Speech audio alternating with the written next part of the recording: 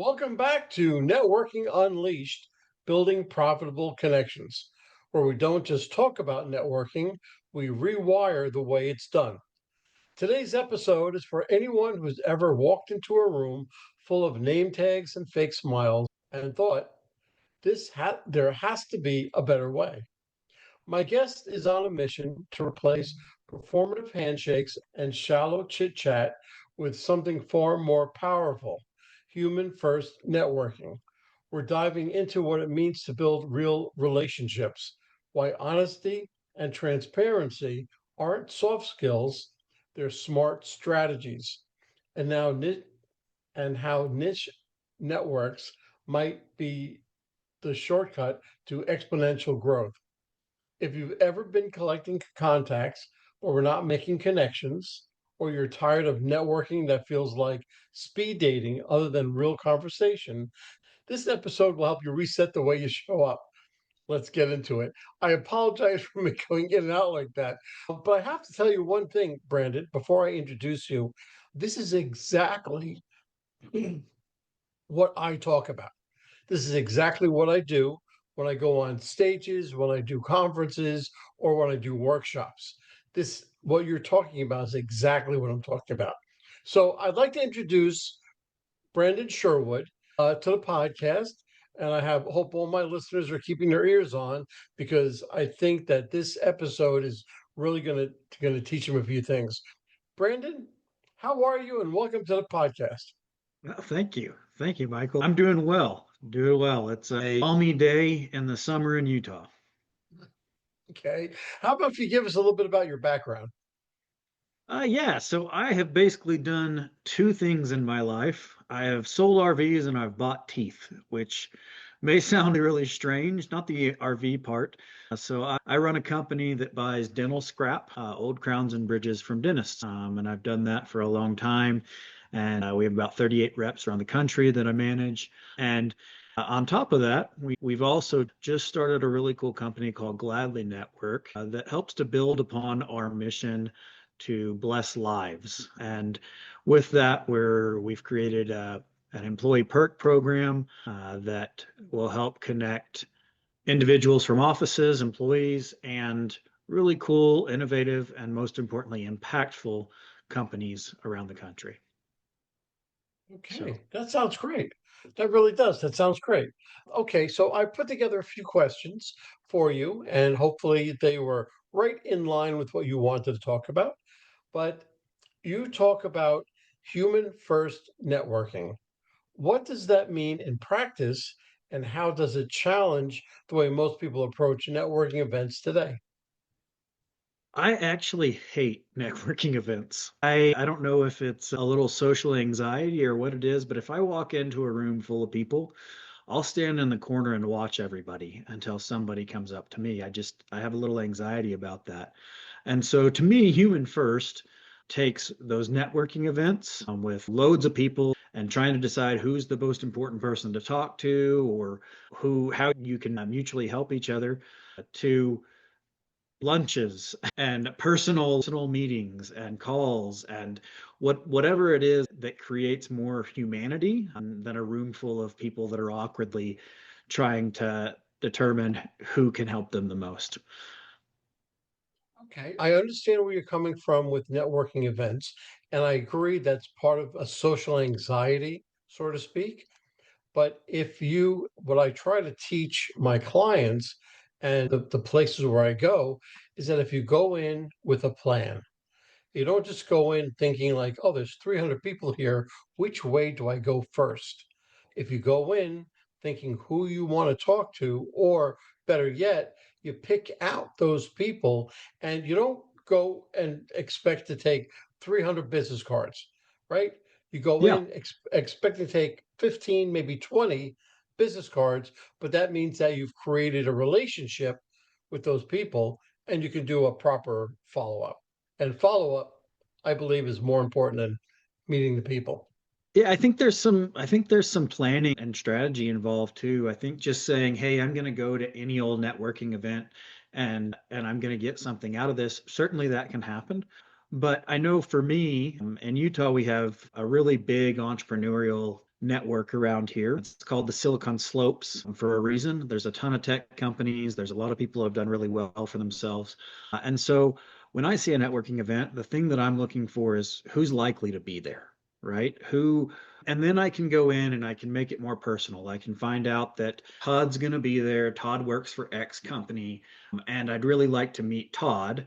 And so I'm going to either send him a note ahead of time, hey, we're both going to this event, let's link up, or I'm going to at least find out something about him and set a goal to talk to him. And maybe I do that with 10 or 15 or 20 people that I think are going to be there, or from companies that I'm interested in networking with.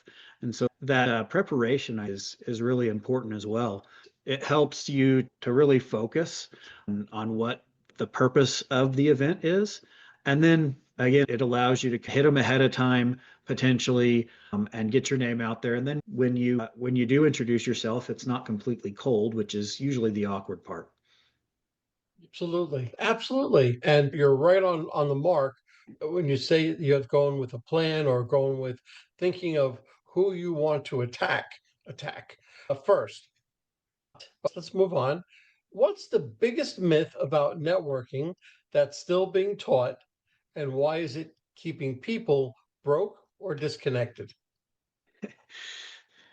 I think that the biggest myth is that you have to be a social person, or you have to be this introvert to be able to network. And I think it keeps a lot of from being able to go out and what networking is creating that network, creating those relationships. I found, and I've managed a ton of salespeople over my life, and I found that some of the best salespeople I've ever managed have been introverts. They don't get their jollies from talking to people. They talk to people because that's how they make a living. And so they've learned the skills to be able to do that. And so if you're an introvert, if you're a person that doesn't like to be in big crowds, if you're a person that doesn't like to put themselves out there and go talk to people, that doesn't necessarily mean that you can't network. We can do lots of different things. Again, with that preparation and that planning, you can decide ahead of time, hey, I'm going to go talk to this person. This is the purpose. And even though this may drain me a little bit, I can still do this. And I think that there's lots of people out there who avoid networking events or avoid networking at all. And anything that might say networking scares them to death, because they think, oh, that's for those social butterflies. And that's not necessarily the case. That's absolutely true. I found that one of the biggest myths of networking is talking. When you go up and you just start blah blah blah blah blah blah blah, diarrhea of the mouth, and people are looking around like, why? What? I'm a firm believer in that when you walk up to a table or something else, that you don't talk. You never talk. You wait for the conversation to come around to you. If it's a good fit for you, then you either move on or you become part of the conversation. But that's just me and part of my teaching. You've mentioned the awkwardness of traditional cocktail party networking. What should someone do differently the next time they walk into a room full of strangers? I think your recommendation to maybe keep your mouth a little tighter is probably That's being really nice. helpful. When you walk in and essentially announce yourself, yeah, that creates some awkwardness. Part of the kind of the people first approach that I take to networking is looking at every interaction through the lens of the person that you're communicating with. It's not just me trying to get my message across or get some benefit out of this relationship. If I can take a step back and look and see how each person in that room, that cocktail party or whatever it is, if I can take that a step back and say, okay, this person, how can I help them? Right? What can I do for them? Then the network just happens, right? It becomes mutually beneficial because you had this mentality of I want to help this person. And it goes back to the lens that we look through Gladly and through other opportunities that we have, which is how do I bless this person's life? Right? How do I make this person's life better? And it hasn't failed me yet that when I take that approach, it amplifies everything that I'm doing as well.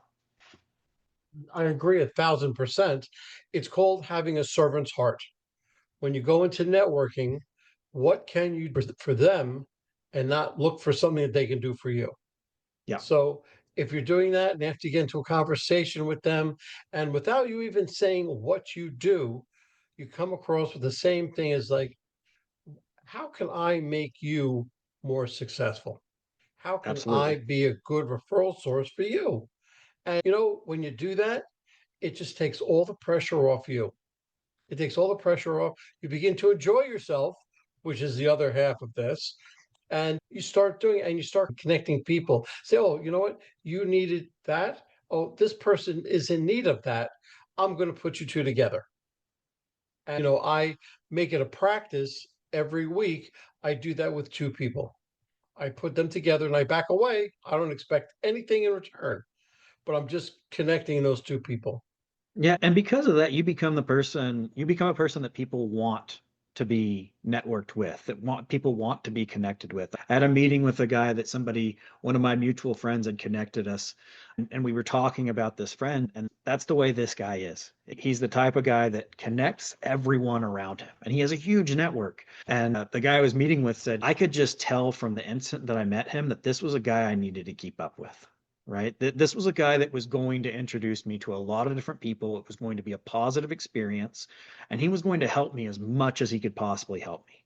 And that's the people we all want to connect to. We don't want to connect to people that it's ask, right? It's, hey, I know this guy, I know this lady, they're doing something similar, or maybe they could be of use to you, or even sometimes just, I think you really need to get to know this person. And yeah, keeping everything within your network, all those connections moving together is definitely the way to continue to build. Yeah, because what goes around does come around, right? Absolutely. Because pretty soon that they're going to say, well, you know what? Michael introduced me to him. I think I should introduce Michael to XYZ, somebody else. So it does come around. Yeah. Okay, you champion niche networks. How does narrowing your circle strategically lead to broader and more profitable opportunities? It's really easy in life to look at, and especially when you're starting a business or when you're starting this whole networking approach, it's really easy to look at the total addressable market, right? You watch Shark Tank and you hear, this is $1 billion market. And what that means is there's this opportunity for all this stuff. But in reality, when we look at networking, especially, yeah, I can go into this big room and I can have an idea. I'm gonna talk to everyone, right? And everyone is a customer, which may be true, right? But what if I say, okay, in my case, I've worked in dental sales for a long time. I know that market, I know that industry. When I hear somebody say DDS or talk about dentistry, it perks me up a little bit because I know that. And so if I can go in and say, hey, I'm going to find anybody that might have anything to do with dentistry, let's target it to that because we can have a conversation. We're going to know some of the same people. We're going to speak the same language, right? And in doing that, instead of getting all this periphery that is really just distracting a lot of the times, we can hone in and target the network that we're really interested in and the people that can really help us, but also the people that we can really help. Very good. Yes, that's exactly right. And you hit upon so many different little things that I agree with so much that I can't even, I don't have time to hit them, but you're 100% correct. Okay. In a space that's often filled with inflated egos and polished personas, why do why does honesty and transparency actually attract better connections and clients? Boy, that was rough to get out. It seems like there's a lot of alliteration in there, right? Yeah, right. Tongue twisters. Um, Yes, yes. yeah, I'm a guy that I feel like honesty and transparency is the best. Honesty is the best policy or whatever, but it really is what attracts people. I and maybe this is just personal preference. I know that there's a lot of people who like the fluff and the fanboying over somebody that has all this polish. That's not me. I'd rather somebody walk up to me and say, "Hey, I just am here because my boss told me I needed to be here and it was a free lunch." Great. Let's talk. That's the guy I want to talk to because he's at least honest and transparent. And chances are, because of that, we're going to find something at least interesting to talk about, and if not interesting, beneficial, right? Something we're being straightforward with each other. And so I feel like that attracts a lot of people. It's not the norm in most of these situations. And so you really stand out as, man, that guy's just he's correct and bold, and what's he got to say? Because whatever he's saying, I know is at least honest, it's truthful, and he's not blowing any smoke. Yeah, you're right, but you're leaving out a third of that persona. That's authenticity. Yeah. So if that person is honest, his integrity is there, but he's authentic to himself and to the job. You know what? That's the person that I want to go connect with, because you're right. Because even if you have nothing in common, you'll find something, Yep. right? And you'll enjoy yourself that much more. But that is a very distinct part of what that question was all about. Yeah. Okay, so here, let me. I don't want to get into that problem again.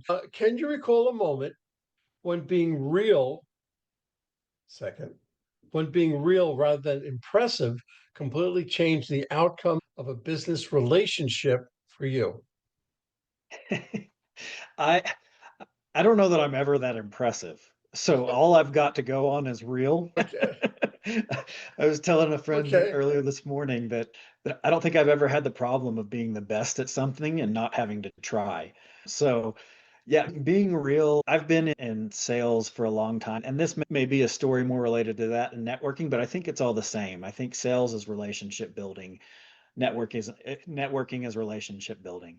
And so I walked into 30 or 40, sometimes more dental offices every day for 5 or 6 years of my life. And they were the same offices every 6 months. So I'd run and see 3,000 offices in 6 months, go back and see the same 3,000 offices.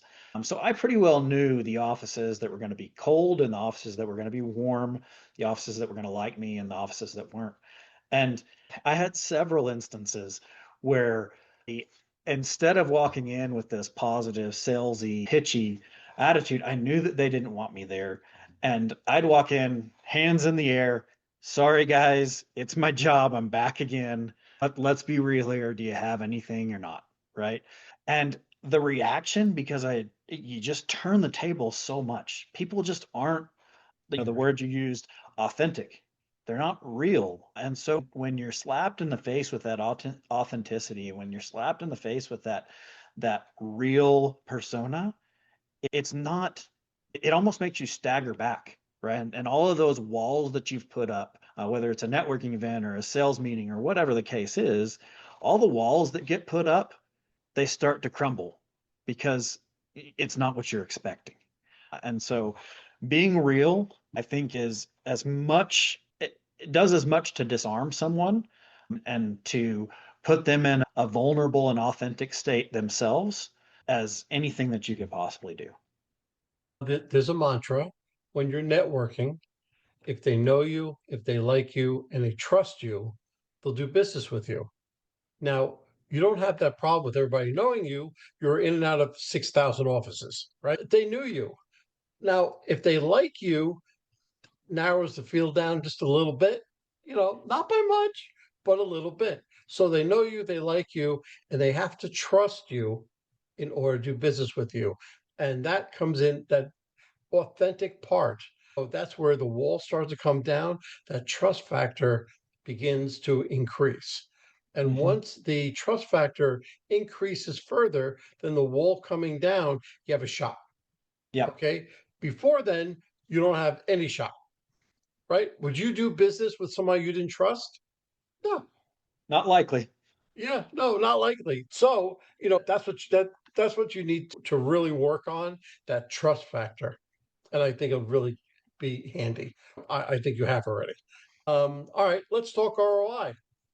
How does human first networking directly translate to revenue, referrals, or reputation over time?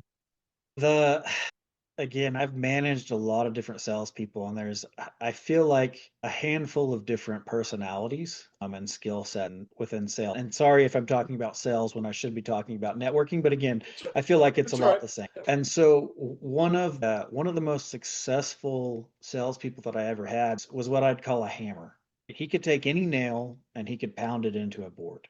Now, later on, that nail would be really upset, but they were in the board. I've never been that guy. I've always been, again, the guy that tries to look at everything through the lens of somebody else, what they're seeing. And so my goal has always been to take their view. How are they feeling about this? How can I turn this around and make their life better?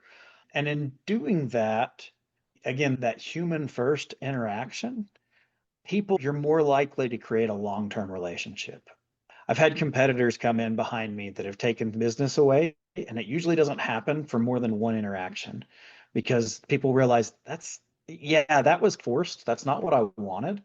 Yes, most people can be talked into doing things they don't want to do, but when you have that human first, again, people first, putting yourself in their shoes, when you have that mentality, you're going to create more relationships. You're going to create the referrals because that's how people want to be treated. You're going to create revenue, and it's all going to come naturally instead of through some sales process that you learn knocking doors to sell pest control.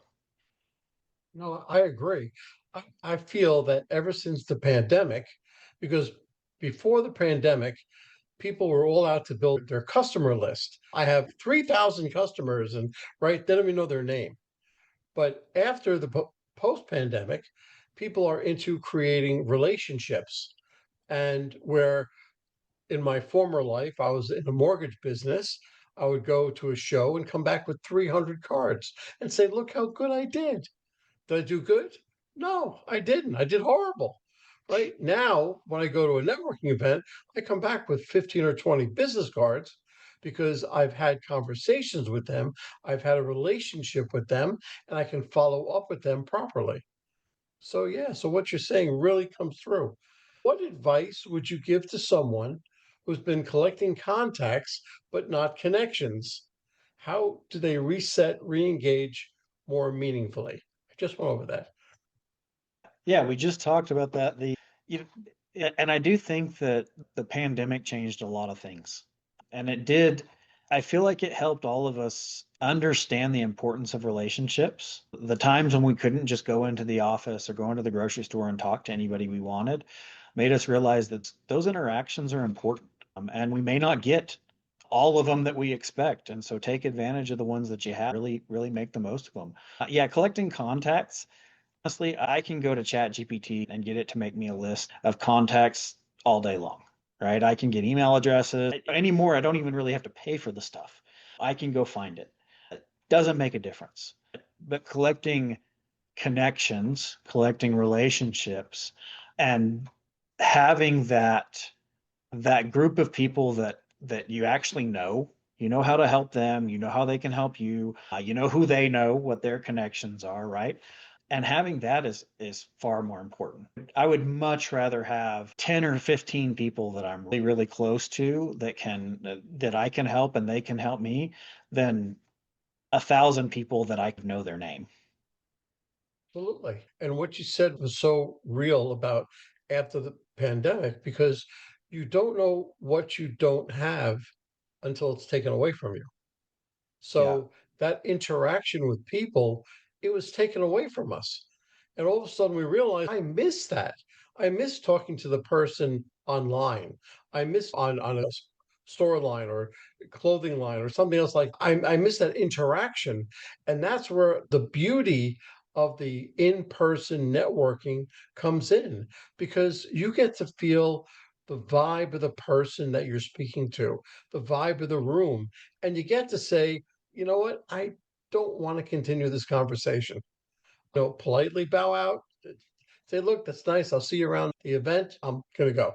Right. And just do that. So you're still meeting the people and everything else, but you're walking away with 15 or 20 contacts that you can follow up with. And it goes much further. Okay, so are there any specific tools or platforms where niche networking thrives better than others, or is it really about how you show up and not where? Again, you're talking to a guy who likes smaller events and smaller things. And yeah, there's different tools and platforms. I said in the beginning that I've sold RVs. Right? That's something that my dad had a dealership when I was growing up. I worked for the largest RV dealership in the country, and I've worked for small mom and pop type dealerships. And I found that going to an RV show or going to a trade show in any capacity, to me, the easier thing to do was sit down in an RV and wait for somebody just to show interest, and I'd talk to them at that point. We'd have small talk before that. I'd interact with everybody, but like we talked, you have a chance to step back, see everybody how they're interacting, and then you hone in on and choose the people that you want. And a large trade show where you go and you come back with 300 cards. That to me, it could be a niche trade show, right? It could be really focused on dentistry. But if you're not if you're not taking a niche approach and a human first approach to interacting with people and meeting people, then again, you're walking away with business cards that are empty. And yeah, maybe you can shoot an email and say, we talked, or I got your card, but it it goes a lot farther to have those 10 or 15 people that you can say, how was your wife's surgery? Absolutely. That goes a lot farther, and it gets even more honed in, more targeted as far as your network goes. Sometimes that can be by industry, sometimes it can be by type of person, right? Like we can look and we can go, that guy's standing over in the corner, I'm going to go talk to him. He looks like he's having a hard time. That's the guy I'm going to key in on. And so it's like we've talked about. It's about, yes, planning and figuring out these are the things that I'm looking for. I'm walking in here like with this, then also having the flexibility and the agility to go, okay, I've talked to three people that this is what they're looking for. I'm going to look for more people like that. I know that's not what I came in for, but I think I've got something here and I've got something that I can work with. Okay. Okay. Before I ask you the last question, I ask every guest the same question. Most of the guests, because it didn't pertain to all of them, but it pertains to you. You are successful in what you're doing. You've had a roundabout way of getting to it. But why don't you give us all a mistake that you've made and how you came out of it? I'm not the guy who's pausing because I have to think of a mistake. I have to think of all of the mistakes and which one we're going to talk about here. That's the majority of the answers, by the way. Yeah. I want to be authentic in this.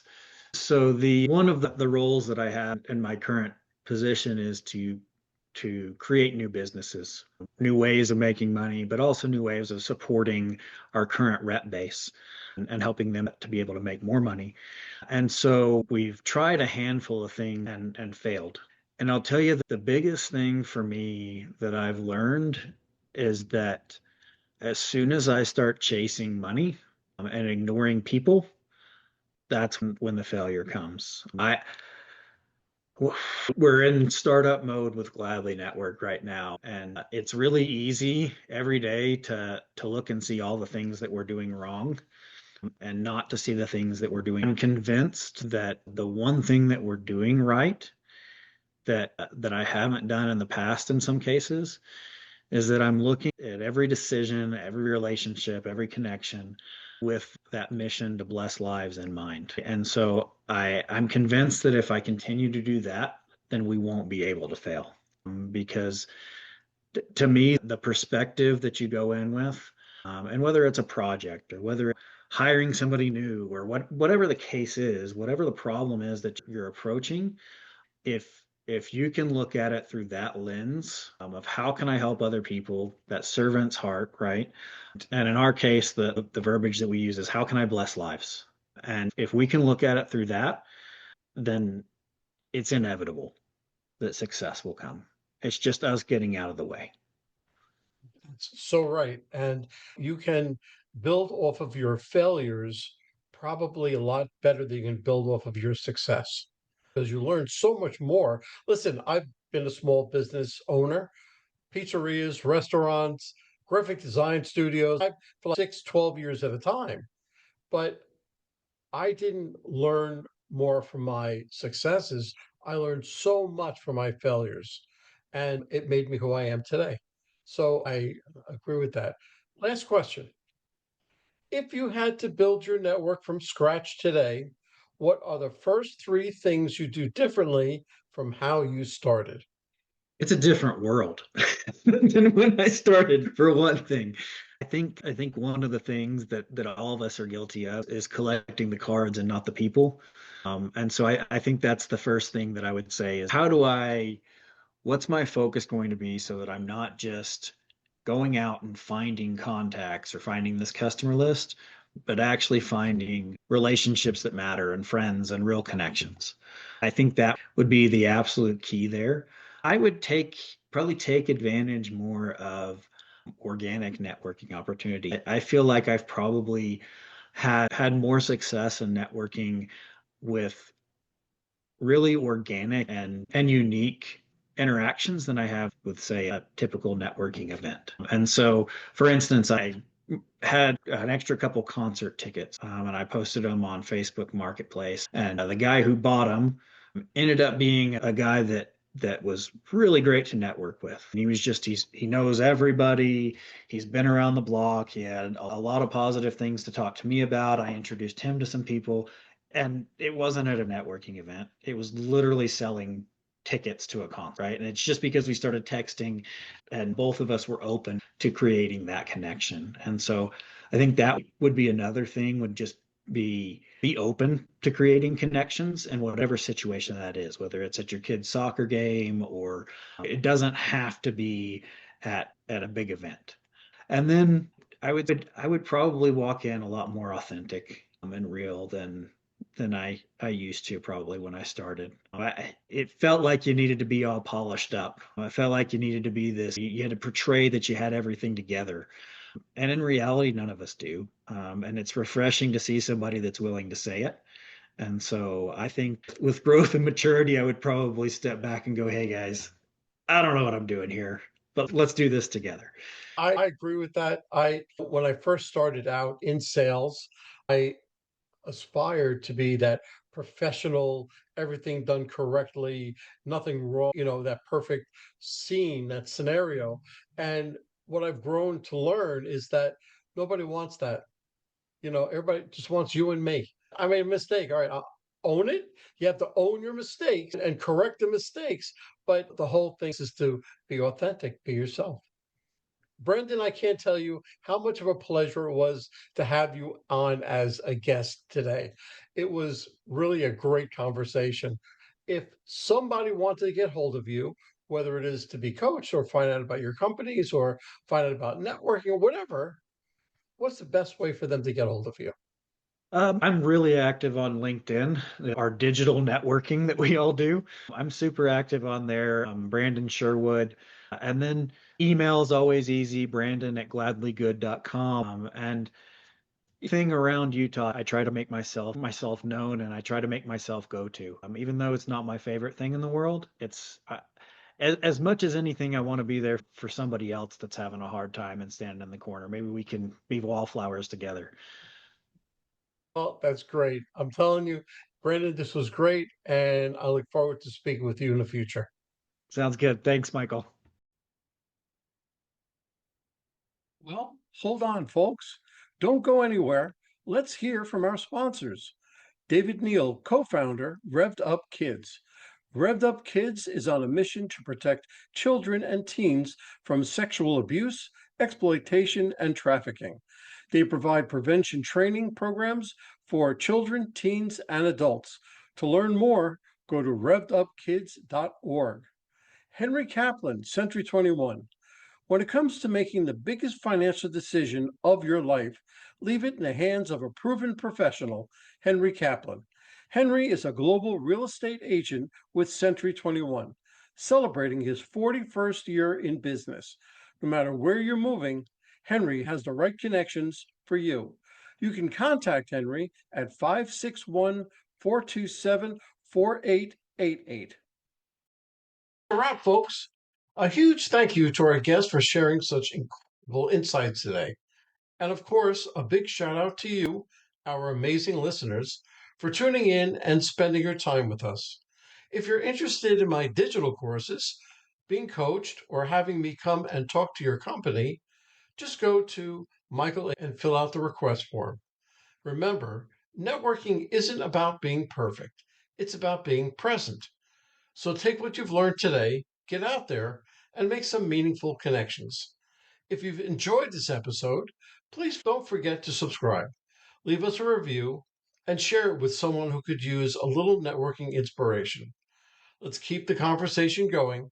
You can find me on Apple, Spotify, Pandora, YouTube, or my website, forman.com/podcasts.